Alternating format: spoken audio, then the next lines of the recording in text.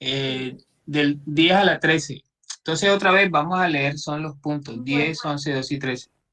bueno, el 10 dice que representa la descomposición de un compuesto en los elementos, o sea, constituyentes. La 11, eh, pues el que decay, Se podría traducir como decaimiento, ¿cómo qué? decaimiento, Ah, bueno. o, ¿sí? Ok. Representa un decaimiento alfa. La 12 representa una reacción redox, si hace una reacción. Y la 13 que causa una disminución de neutrón a protón en el núcleo, creo.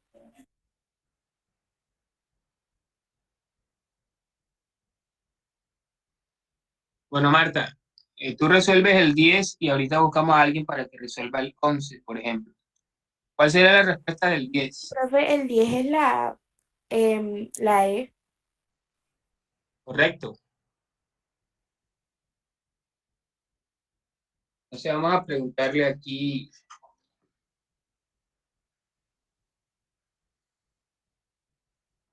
vamos a preguntarle a Eliana. Eliana, ¿cuál representa un decaimiento alfa? Y sería un tipo de radiación. ¿Representa aquí? Aquí dice desintegración, también lo podríamos traducir, desintegración alfa. Es un tipo de radiación.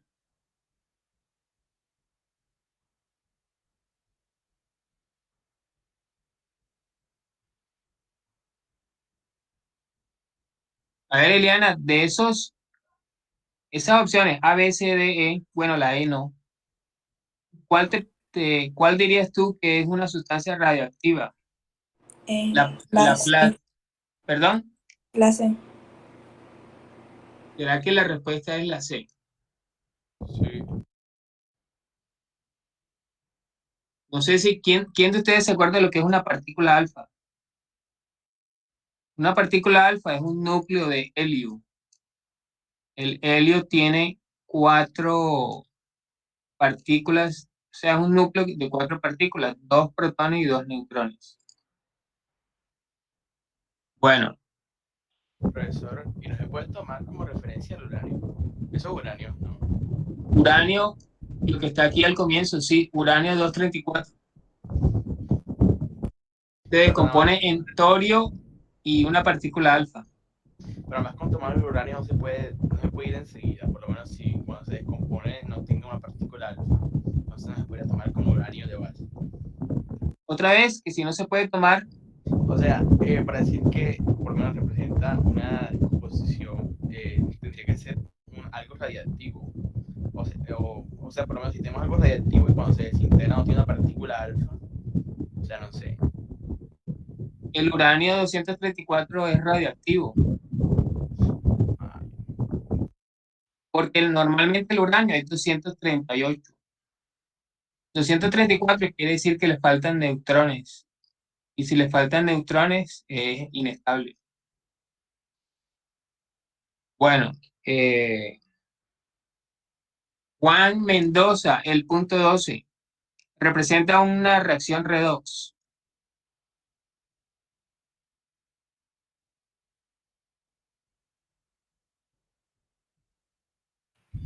Eh, diría que la A. Correcto. ¿Hay alguna razón o adivinaste? Más porque, ¿cómo es? Sabía que la plata, o sea, la plata es así, positivo y el boro negativo. Entonces, cuando pasa la reacción, se supone que esto se intercambia, ¿no? Por eso fue que recoloqué. No, a un momentico. Mm, no, qué pena, no es la A. ¿Sabes por qué no es la A? Porque aquí la plata es positiva, el bromo es negativo. Y si forma un compuesto, la plata sigue siendo positiva y el bromo negativo. La verdad, ahí no hay ningún cambio. Entonces, Juan, si no es la A, ¿cuál será? La E. Digo, la D. ¿E o D? D. ¿Estás seguro?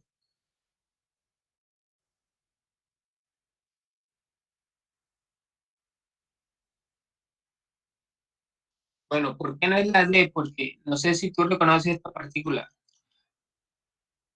A ver, ¿quién de ustedes se acuerda cuáles son los tres tipos de radiación? Alfa, Beta. beta, alfa, beta y gamma. Sí. Bueno, entonces, un momentico, voy a colocar acá. Vamos a recordar eso. Entonces, hay tres tipos de radiación. Alfa, que es una partícula alfa, es un núcleo de helio, 4,2. Beta, un electrón. El electrón se representa con la letra E. Carga -1, masa 0. Y gamma, que representa pura energía. No se representa con nada porque es energía, no sé. A veces lo dibujan así, como una onda. Entonces, obviamente que esto no es, si ustedes se dan cuenta, eso no es un electrón, es una partícula que se llama positrón. ¿Quién se acuerda de lo que es un positrón? ¿O quién se acuerda de lo que es antimateria? A ver, Kenneth, ¿qué es antimateria? La antimateria es la materia compuesta por los átomos, o sea, tenemos los átomos, ¿cierto? Con protón y electrón, ¿cierto? La antimateria sería aquella materia que está compuesta por los átomos positrón, en el caso del electrón, y no me acuerdo O cómo sea se que llama. tiene que haber un antiprotón, antineutrón, etcétera. Ujú. Correcto. Bueno, entonces, conclusión, esa no es. ¿Cuál es la respuesta, Juan?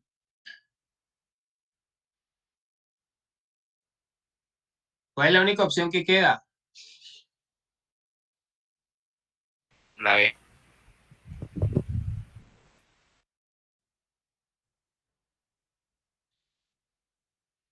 Entonces aquí hay una contradicción. ¿Cómo hacemos? A ver, Marta, ¿cómo lo resolvemos? Hacemos el 13.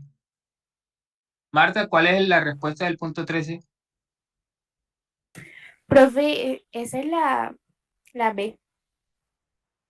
¿Perdón? La 3 es la B. B.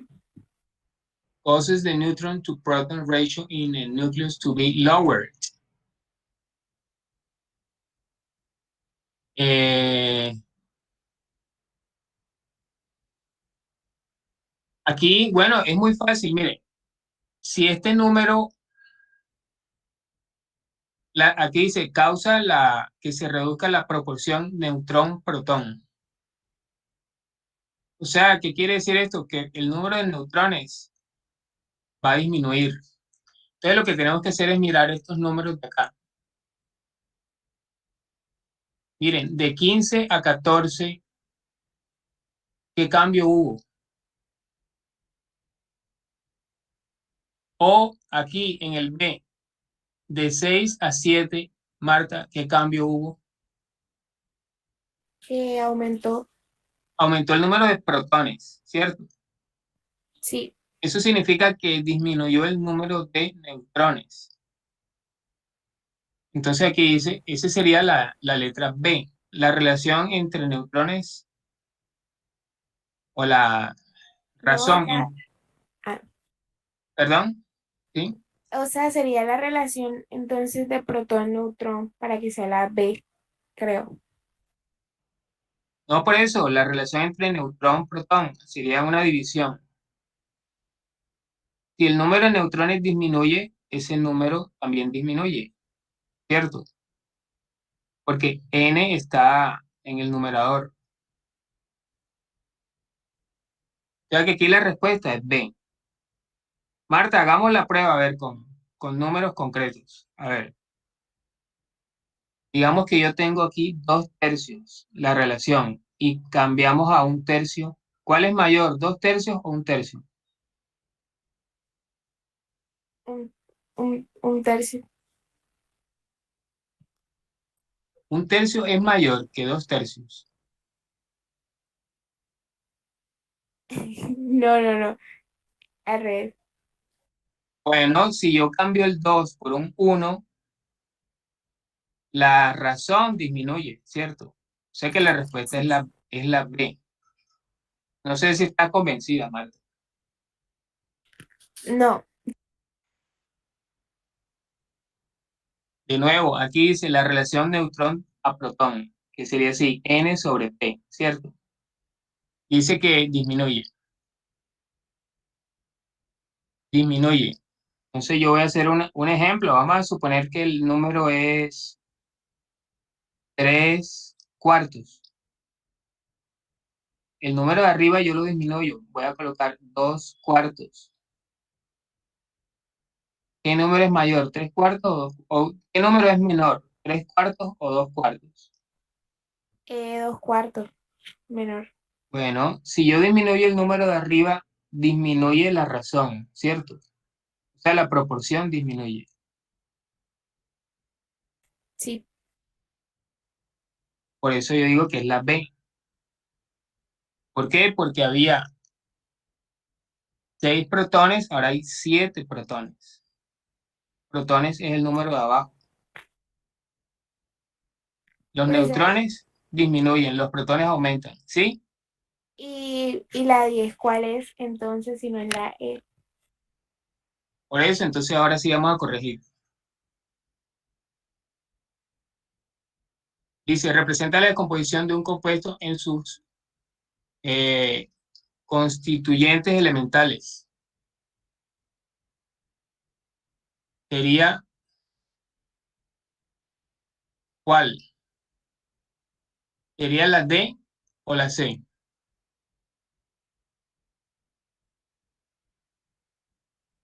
¿O la E? Ah, pero es que a mí me faltó, ¿sabe qué me faltó decir acá? Espérate un momentico. Marta, a mí se me olvidó decirte lo siguiente. Mira, ¿podrías leer este pedacito? Ah, ok, que una opción la podemos coger más de una vez. Sí.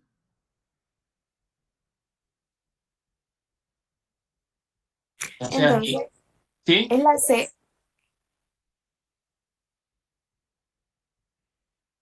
No, aquí se puede repetir, no hay problema.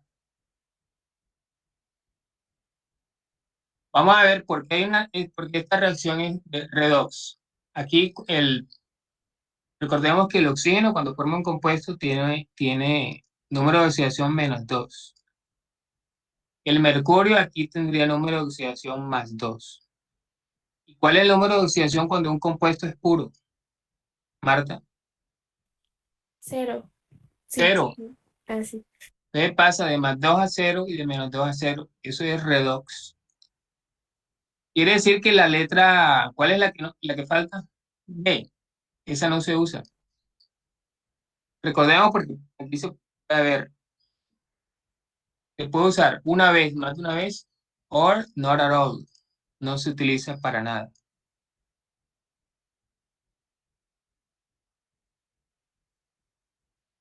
Listo. El siguiente. Bueno, ahora sí, vaya. ¿Quién sigue después de Marta? Chari. Chari, yo. Alanis. Sí.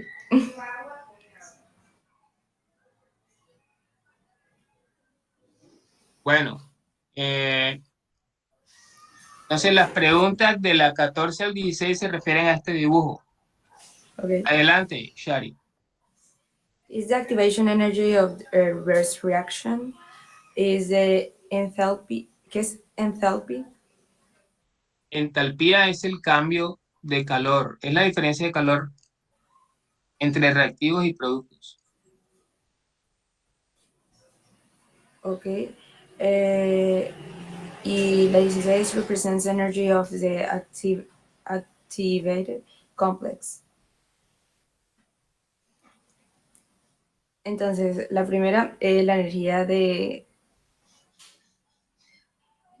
activación. La energía de activación de la reacción reversa, o sea, como empezando Del final al comienzo. sería B.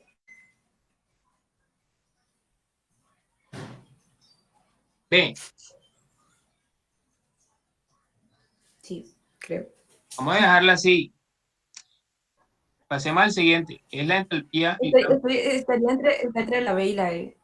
Exactamente. ¿Es B o E? Porque tienes que ver la reacción al revés. Comienza a la derecha y termina a la izquierda. Entonces, ¿cuál es la energía de activación? O sea, ¿hasta dónde se sube? Hasta donde se suben. Entonces hablaríamos de la E. Sería la E. Exactamente. O sea, aquí la respuesta es E.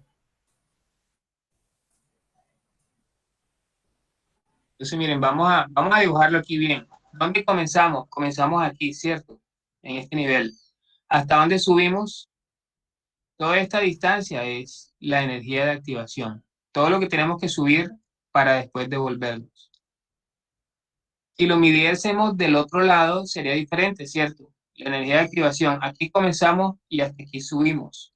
O sea, Sería la E. la En ese caso. reacción, exacto, es diferente. Bueno, ahora las 15. Profesor, ¿me podría ayudar con la traducción de la quinta, por favor? El cambio de entalpía, bueno, entalpía se representa con la letra H. Es el calor al comienzo, perdón, al final, menos al inicio. O sea, el calor es lo mismo que en este caso es la energía, como la energía final menos la energía inicial. O sea, la diferencia de energía entre el estado inicial y final. ¿Qué letra sería? La diferencia de energía sería de atrás. Espera. No, da lo mismo si lo miras Sería B, ¿no? correcto. La No, sí, diferencia, solamente.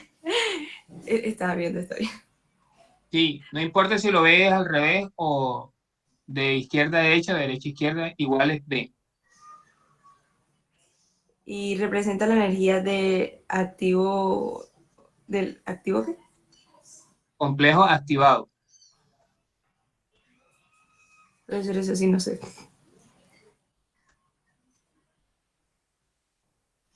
O sea, a qué hace referencia? Solamente algo que se llama enzimas. Bueno, o sea, en este caso, el complejo activado es como el, digamos, pero no, solamente ocurre cuando hay, por ejemplo, un choque. O sea, cuando dos sustancias se unen, forman un complejo activado. Entonces sería cuando ellos comienzan a reaccionar. En ese caso, mira, es que eso nunca lo vimos, pero si la reacción comienza aquí a la izquierda, digamos aquí en el punto, en uno, a medida que subimos, y vamos a suponer que son dos sustancias que chocan, o sea, vamos a suponer que son dos moléculas que chocan. Entonces, cuando chocan, quedan unidos, digamos, algo así. Puede ser una molécula más grande, no sé, puede ser algo por el estilo.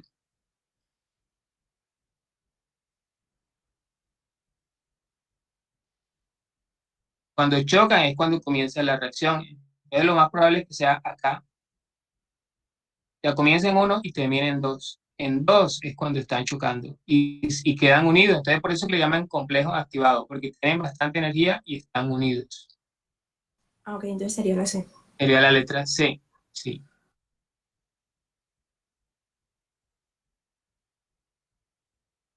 Bueno, la siguiente, de la 17 a la 20. Bueno, Entonces tenemos enlaces de hidrógeno, enlaces iónicos, enlaces metálicos, enlaces no polares covalentes y enlaces polares covalentes. Bueno, la 18 es la C, enlace metálico. Nos dice que permite la conducción de electricidad, le permite a los sólidos conducir electricidad. La 17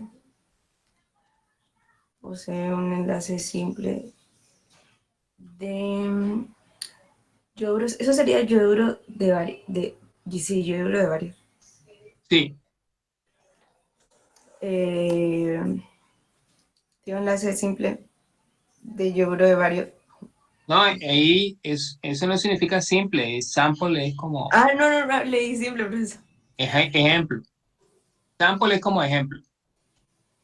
No, pero preguntémosle a Ashley. Ashley, la pregunta es, ¿esta sustancia que es yoduro de bario es una sustancia polar covalente, no polar covalente o iónica?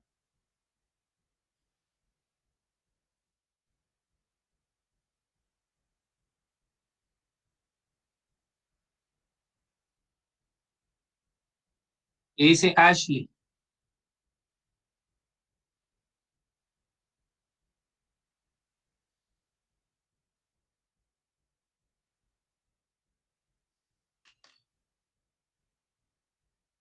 Bueno, entonces, ¿qué dice Valeria Pérez? Profesor, referente a la 17. Esta sustancia es iónica. Te lo voy a poner fácil. ¿Es iónica o covalente?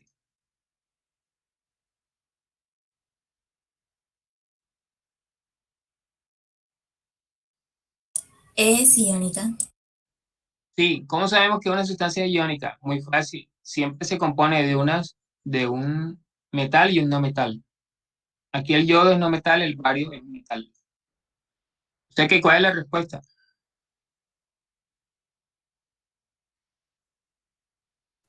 La D. Profesor, también no se puede utilizar la tabla de electronegatividad. Hay como que están unos parámetros de electronegatividad. Bueno, la diferencia que indica si es covalente Sí, o iónico.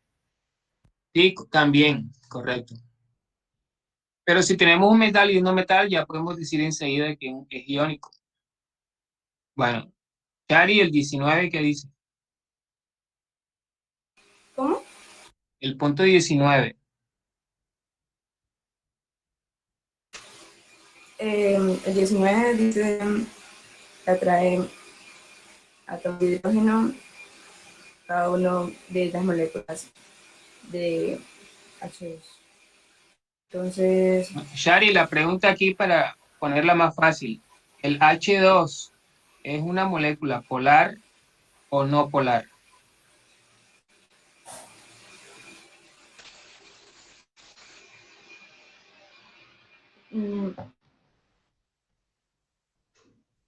no recuerdo, profesor. Bueno, quién le ayuda a Shari? ¿El H2 es una molécula polar o no polar? Si yo dibujo el H2 sería H, H. ¿Ustedes qué dicen cuando una molécula es simétrica? ¿Es polar o no polar? Es polar. No polar. No polar. Si es simétrica, es no polar. Yo creo que cuando ustedes estaban en noveno, yo hice un dibujo. Voy a hacer un dibujo de Alex. Claro. Alex está en clase. Sí, Entonces estaba quien era algo así como Alex y Carlos, pero Carlos es como más grande. Y ellos están peleando por un qué, creo que era una hamburguesa. Esto es una hamburguesa. Entonces, jóvenes, Carlos, digamos que mastica más rápido o traga más rápido, no sé.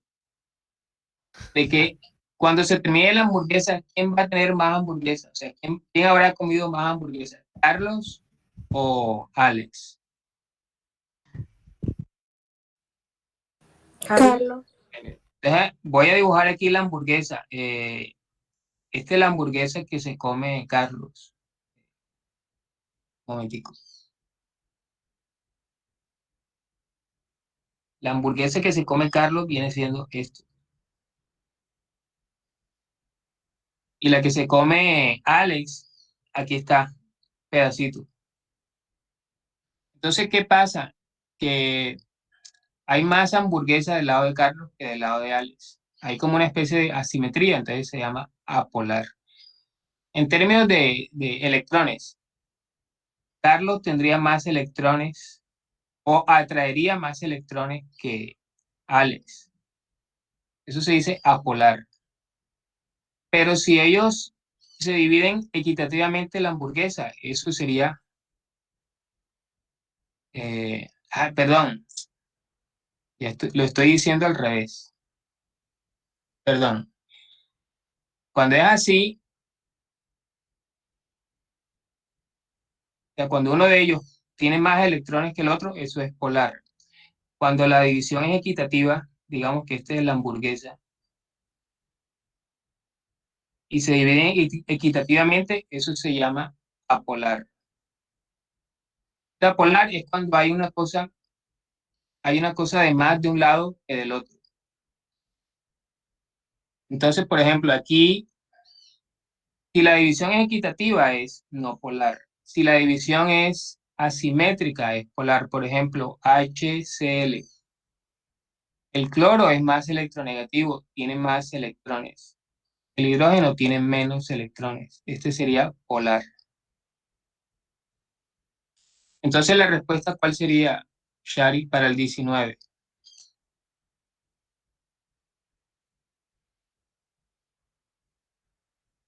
La D. Y este sería no polar. La D, ¿cierto? Bueno, y finalmente la 20.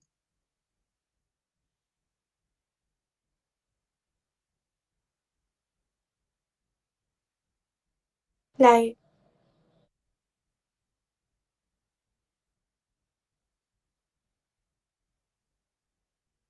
Responsible relative low vapor pressure of water.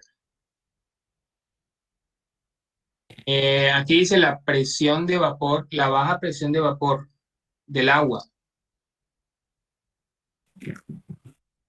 No, pero lo que pasa es que la presión de vapor ya es algo que depende de la interacción entre las moléculas. O sea, no dentro de la molécula, sino entre una molécula y otra. O sea que ya las moléculas de agua se atraen entre sí. ¿Qué fuerza es la que hace que se atraigan entre sí? No es los enlaces de hidrógeno. Los enlaces de hidrógeno, sí. Era la letra A.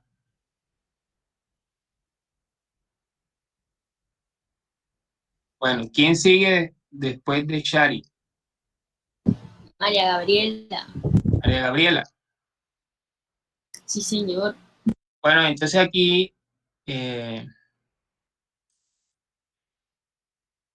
vamos a saltarnos esto porque esto no se parece mucho a las ITES. Profesor, después ¿Sí? de la que dijo, ya no venía una.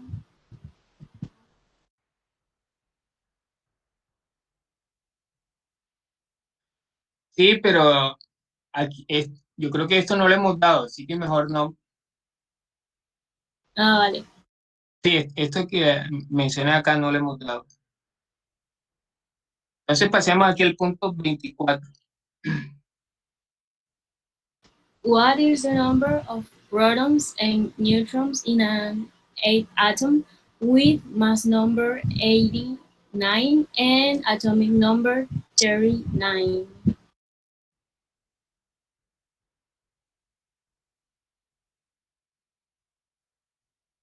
Entonces tenemos las opciones 50 protones y neutrones, 50 protones y 39 neutrones, 39 protones y 89 neutrones, 39 protones y 50 neutrones, 39 protones y 39 neutrones. Yo creo que voy a descartar la A y la B porque porque la carga son los protones. Correcto. Y los neutrones es la resta de los protones y la masa. Bueno, y 89 menos 39, ¿cuánto da? 50. Entonces la respuesta sería La D. correcto. Sí, porque siempre el número que se coloca arriba se llama el número de masa.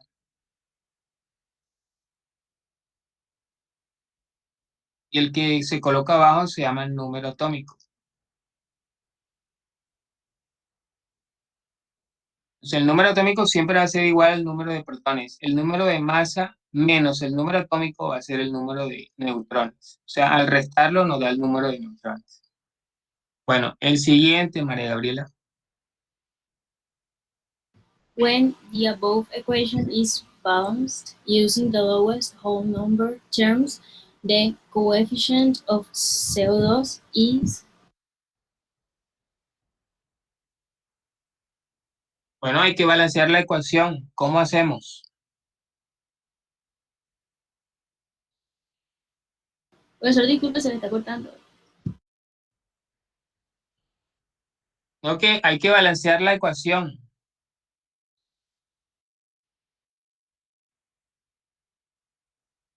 Ah, bueno, me deja balancearla en una hoja de papel y ya le digo el número.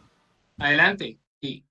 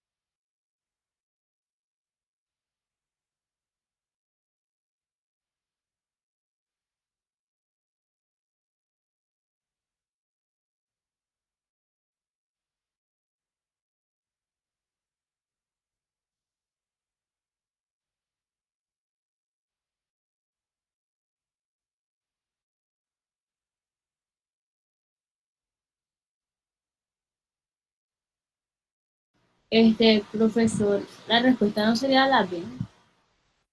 La B. Sí, creo. No, obviamente que así, viéndolo enseguida, como aquí hay 4, aquí también colocamos 4, ¿cierto? Pero también puede ser 8. O sea, cualquier número que sea múltiplo de 4. Por ejemplo, 4, 8, 12, 16. O sea que tiene que ser una de estas dos. O es 4 o es 8. ¿Cuál piensas tú que es? 4. Sí. Porque aquí dice que hay que utilizar números enteros.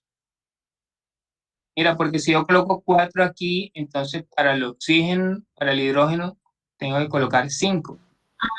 Entonces, no sé, Ya. sería 8.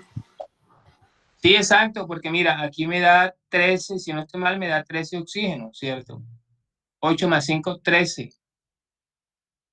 Entonces yo acá tendría que colocar, para que me dé 13 oxígenos, ¿cuánto coloco acá? Sí, es 8 porque si no el O2 no tendría entero. Exacto. O sea, como aquí no me sirve, tengo que duplicar todos los números y si yo duplico el 4 queda como 8. Y la respuesta es 8. Ah,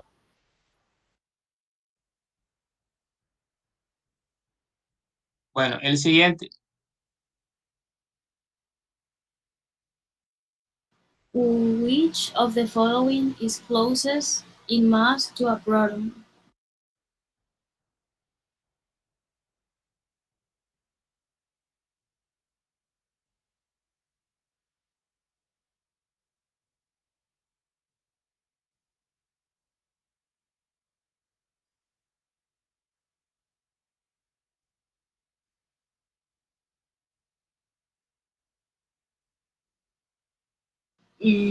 Positrón. En cuanto a masa, no, porque el positrón es muy parecido a un electrón. O sea, es muy pequeño comparado con un protón.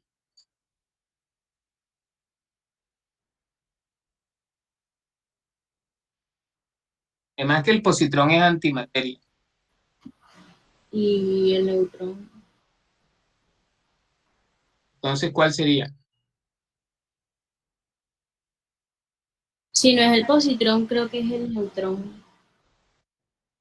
Sí, mira que siempre que dibujan el núcleo de un átomo, no sé si te das cuenta que, vamos a suponer que sea algo así. Se supone que ahí están tanto protones como neutrones, ¿cierto? Generalmente los dibujan del mismo tamaño. O sea, nunca hay como una separación, por ejemplo, que esto es un protón y esto es un neutrón, algo así como más grande, por ejemplo. Entonces siempre los dibujan del mismo tamaño porque realmente son, en términos de tamaño, son parecidos, en términos de masa, más bien. Bueno, aquí el último ejercicio, María. What is the approximate percentage composition by mass of the element oxygen in the compound?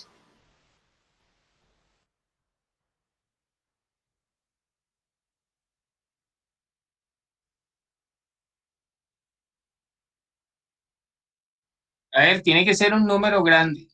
¿Será que es 50 o 64?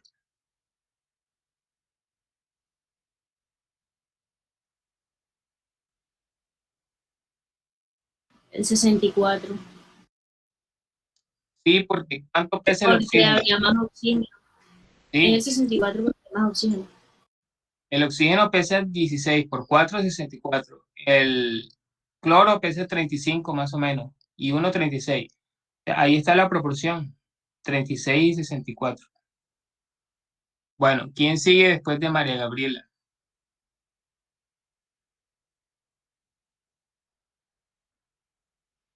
María Pugliese.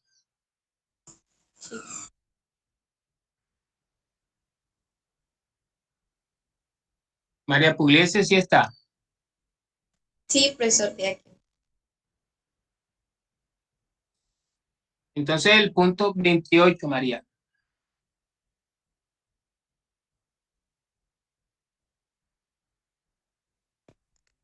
Profesor dice, si dos átomos que difieren en electronegatividad se combinan con una reacción química y comparten electrones.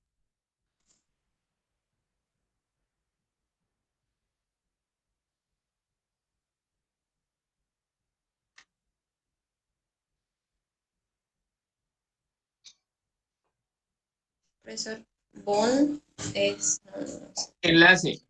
Bond Ah, significa enlace. el enlace que se une a ellos sería metálico, iónico, un enlace de hidrógeno, covalente no polar, covalente polar.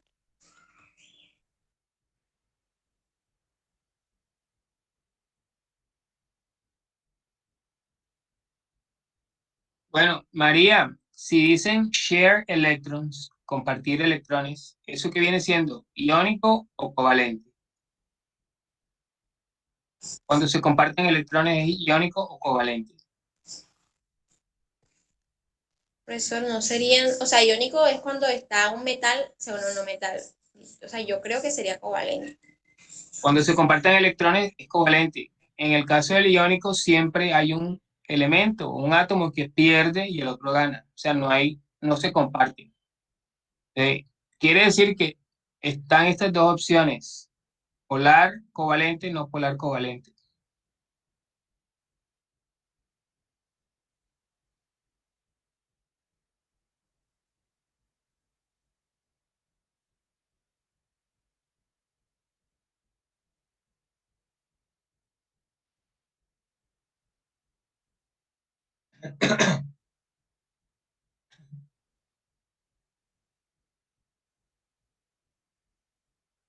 María, aquí dice que la electronegatividad es diferente para cada uno. Sí. Por ejemplo, lo que habíamos visto ahorita, si son iguales, si son equivalentes, eso se llama no polar. Si son iguales, no polar. Si son diferentes, por ejemplo, CLH, polar. Sí, polar. Entonces, si dicen que difieren, que son diferentes, sería polar, porque o sea, no tiene la misma cantidad. Es la única opción, covalente polar. Bueno, el siguiente.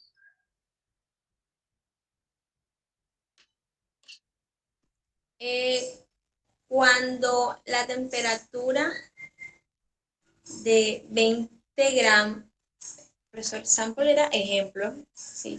O 20. muestra, una muestra de agua. Cuando, de 20 gramos de agua incrementa de 10 grados Celsius a 30 grados, el calor transferido al agua es.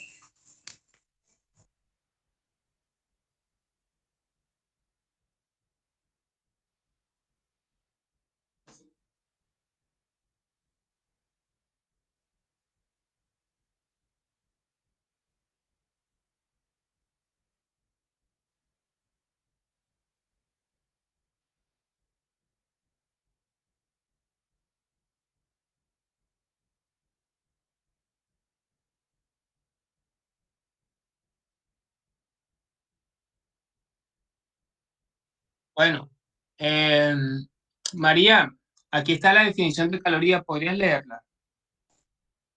Sí, una caloría es la unidad de energía térmica de símbolo cal, que equivale a la cantidad de calor necesaria para elevar 1 grado centígrado la temperatura de 1 gramo de agua. Entonces mira aquí dice 1 grado centígrado, 1 gramo de agua. Y en el ejercicio aparece cuántos 20. gramos de agua 20. y cuánto hay de 10, cuántos grados hay de 10 a 30. 20, ¿no? Entonces, ¿qué hacemos con esos dos valores? ¿Los sumamos, los restamos, los multiplicamos o los dividimos? Profesor, yo digo que lo multiplicamos. Sí, correcto. Multiplicamos 20 gramos por Entonces, 20 grados. por 20 grados. Y eso nos daría 400.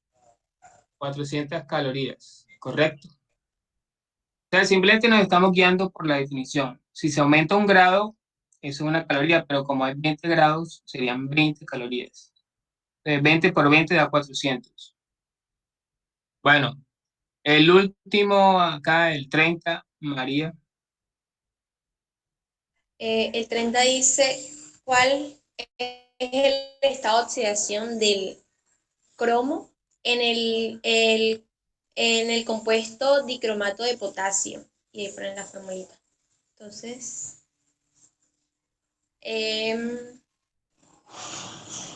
para eso tendríamos que buscar el número del cromo primero, que sería 6, ¿no? Entonces, o por eso también podríamos hacer, o sea, usted sabe que, bueno, ahí la suma de eso nos tiene que dar 0, ¿verdad? Sí. Entonces, tendremos que ver primero, bueno, la del calcio sabemos que es 1, entonces ahí nos daría 2. Y el del oxígeno sería -2, ¿verdad? Entonces, -2 por 7 nos da -14, ¿verdad? Y el potasio nos daría 2. Entonces, bueno, y en el cromo ya tenemos, en el cromo tenemos un 2, bueno, -14 más 2 sería -12. Entonces, para que nos dé 0, tenía que tener 6, porque 6 por 2 es 12, entonces se restaría con el otro -12 y eso. Correcto, sí. Sí, porque 6 por 2, 12, más 2 del potasio da 14, menos 14 del oxígeno da 0. Bueno, ¿quién sigue después de María? Chelsea, ¿dónde ya no está? Chelsea. Sí, profesor. Bueno, ya terminamos. Ah, no, con profesor, Chelsea. Daniela sí está. Daniel. Profe, yo sí estoy. Ah, no. Daniela sí está. Después fue culpa de Carlos. Un momentico. Y yo coloqué una No X. estaba. Y aquí dice que no vino. Profesor, ¿Y qué me dicen de Freider? María José, Adriana, profesor, yo entré un poquito tarde porque tenía problemas con el computador, pero ¿quién? estoy aquí. María José. También.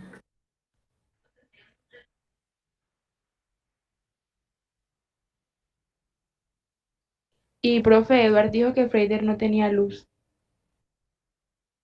Ah, bueno, listo. Entonces, Daniela o Chelsea.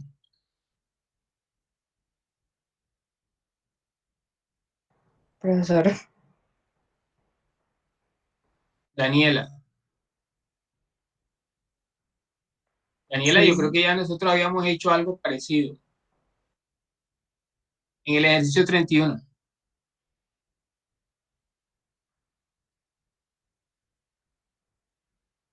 Adelante, Daniela, el ejercicio 31.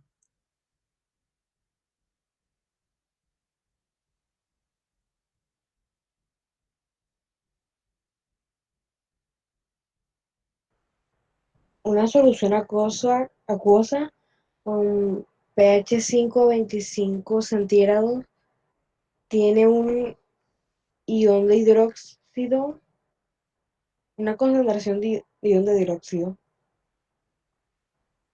Y entonces, Daniela, recordemos la siguiente relación. El pH más el pOH siempre va a dar 14. La sumatoria siempre da 14.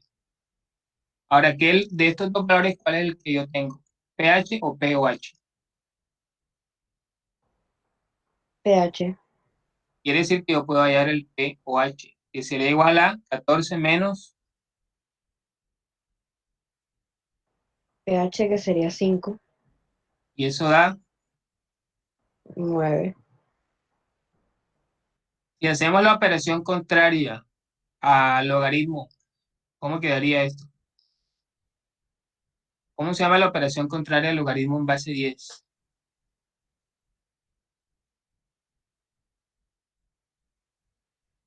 ¿No sería 10 elevado a la algo? Notación. Sí. Sí, ¿Elevado a la qué? menos 9. Sí, porque la definición del logaritmo es ¿cómo se llama? Perdón, definición de pH o de pOH es logaritmo negativo.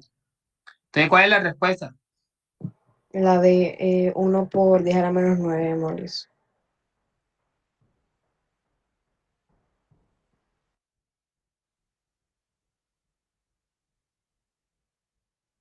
El siguiente. No, un momentico. No, nosotros nunca vimos esto de presión de vapor. Así que seguimos con el 33.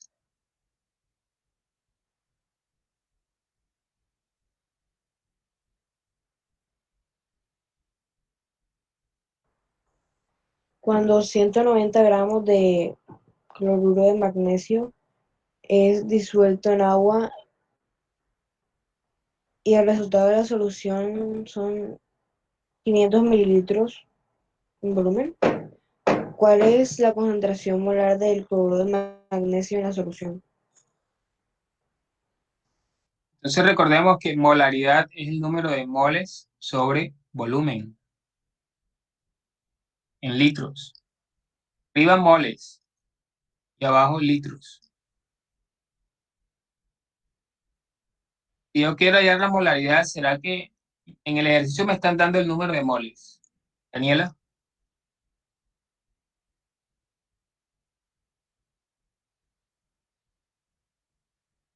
No, el volumen, me están dando el volumen, sí, que es 500 mililitros. Si lo pasamos a litros, ¿cuánto es 500 mililitros?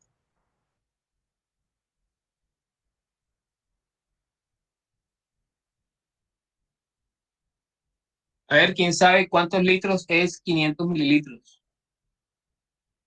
Menos medio. Correcto, la mitad, 0,5. Entonces, Daniela, ¿qué es lo que hay que hacer? Este 190 gramos hay que pasarlo a moles. ¿Cómo se hace?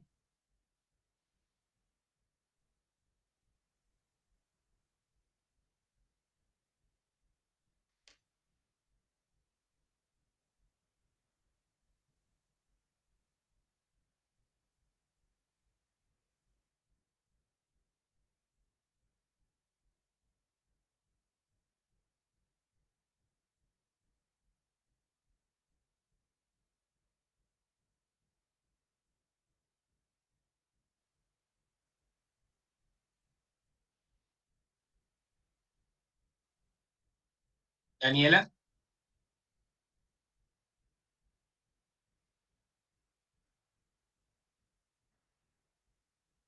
Bueno, a ver, ¿quién le ayuda a Daniela? El cloruro de magnesio pesa 95 gramos. Un mol pesa 95 gramos. ¿Cómo hago yo para transformar 190 gramos a mol?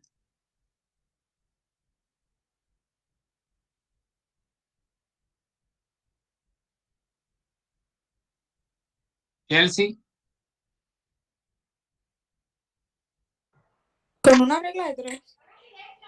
un mol pesa 95 gramos.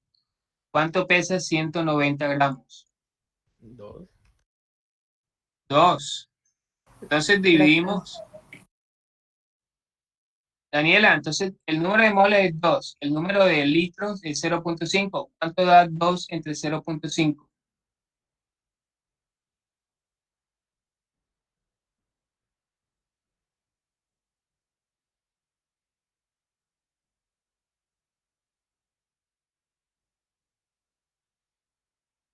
Cuatro.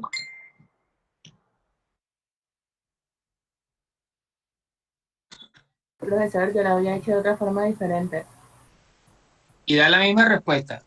Sí, pero yo lo hice con la masa molar. Ajá. Sí, ¿cuánto? ¿Cómo lo hiciste? A ver. O sea, sabemos, o sea, sería el número de moles que tenemos, que son 190 sobre la masa molar, que sabemos que es 95.3, o sea, lo sumamos, lo multiplicamos y eso da 1.994. Y pues en el enunciado nos dice que son 500 mililitros, eso es para pasar a litros, mililitros a litros serían, quedaría como 0.500 litros, y eso lo he dividido y eso me da 4.0. Sí, también es correcto, sí.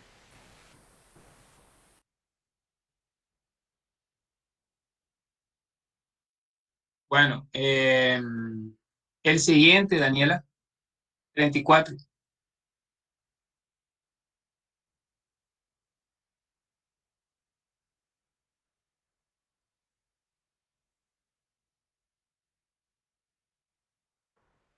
Cuando se arregla una cantidad de gas que tiene temperatura Kelvin, doble de temperatura Kelvin y doble de presión, el nuevo volumen del gas es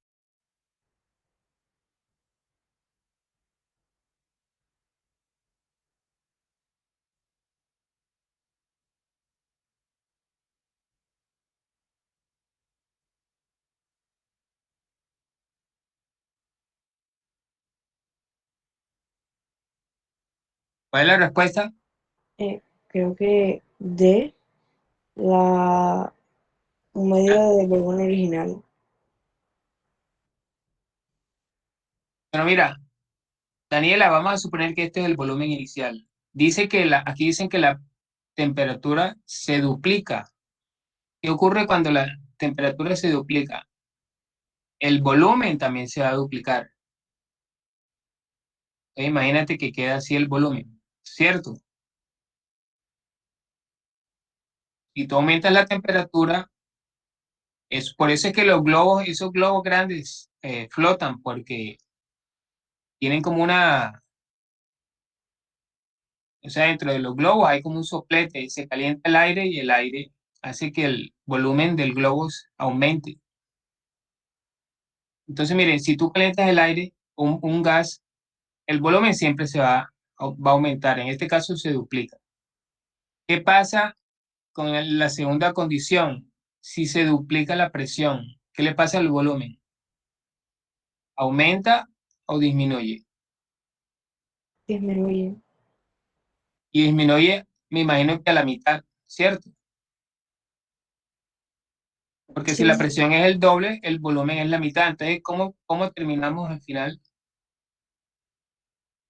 Con el mismo aumentando. volumen, con el mismo volumen que teníamos al comienzo. La respuesta es Sí, cero, ¿no? Pero aquí no aparece cero. sí, Ah, no ya. cambia.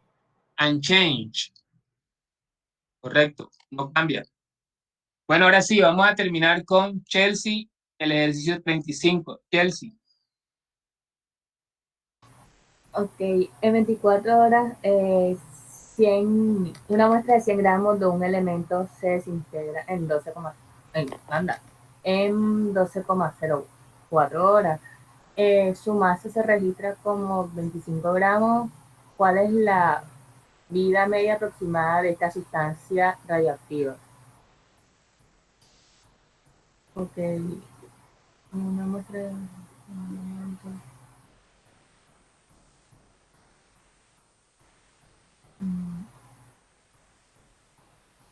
Hacemos la gráfica, Sí, Chelsea. Mira, comenzamos con 100. Aquí 100. Y terminamos con 25. o sea que digamos que Y este a un sería, periodo de medio, o sea, sería como que los 100 gramos de elementos se degradan a un 50 y pues en el otro, esos 50 se degradarían, me imagino, a la mitad, como el primero que sería 25. y cada vez que eso ocurre, le llamamos vida media. Voy a colocar aquí BM, vida media. Cada vez que pasa una vida media, se reduce A la mitad. la cantidad a la mitad. Entonces yo coloco aquí, cuando es 50, pasó una vida media. Cuando es 25, dos vidas medias, etcétera, etcétera, y nos va a dar una curva, ¿cierto? Ujú. Algo así. Pues entonces, profesor, como sabemos que cuando es vida media, o sea, digamos que es la mitad, y ahí nos ponen 12,4 horas, o sea, tendríamos que dividir 12,4 entre 2.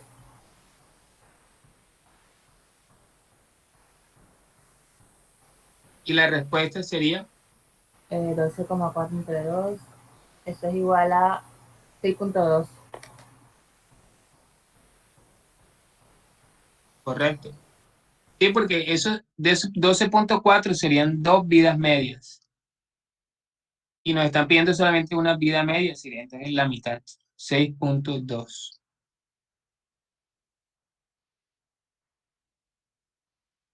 Definí.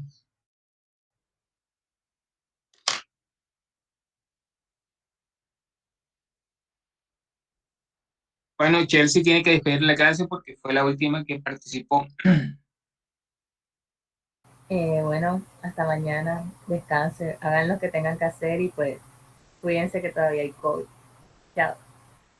Correcto. Hasta luego, hasta mañana.